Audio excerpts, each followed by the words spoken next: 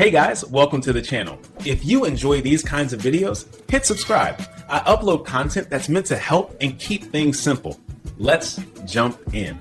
The number of electoral votes for each state is a fundamental aspect of U.S. presidential elections. This system determines how much weight each state carries in choosing the president. The process is straightforward, but it relies on a few key components. Each state's electoral vote count is derived from its total number of representatives in Congress. This includes both its members in the House of Representatives and its 2 senators. Let's break this down further. First, we have the House of Representatives. The number of representatives a state has in the House is directly tied to its population. The U.S. Constitution mandates a decennial census. This census happens every 10 years. It counts every person residing in the United States. After each census, the 435 seats in the House of Representatives are reapportioned among the states.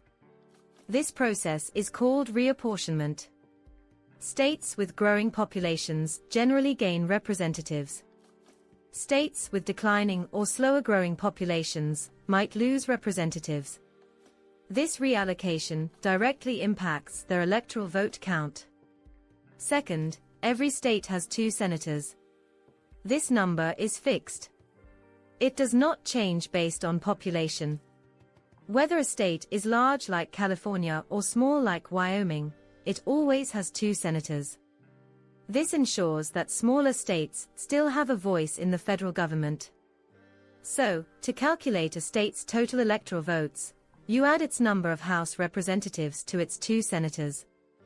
For example, if a state has 10 House representatives, it gets 10 plus 2 is equal to 12 electoral votes.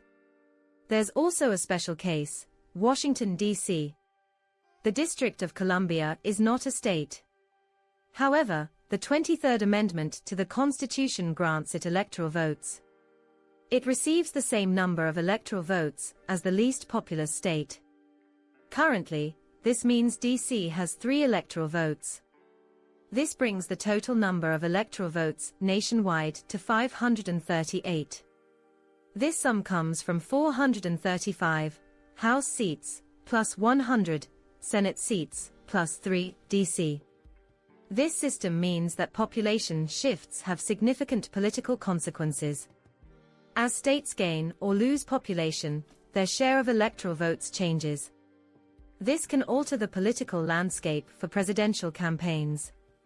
States that gain electoral votes become more important targets for candidates. States that lose votes might see less campaign attention. The minimum number of electoral votes a state can have is 3.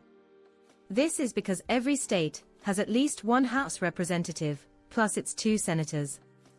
This minimum ensures even the smallest states have some representation in the Electoral College. The census is therefore incredibly important. It determines the distribution of political power for the next decade. Understanding this process is key to understanding U.S. elections. Thank you for watching. Please like this video and subscribe to our channel for more insights. Thanks for watching. Like and subscribe.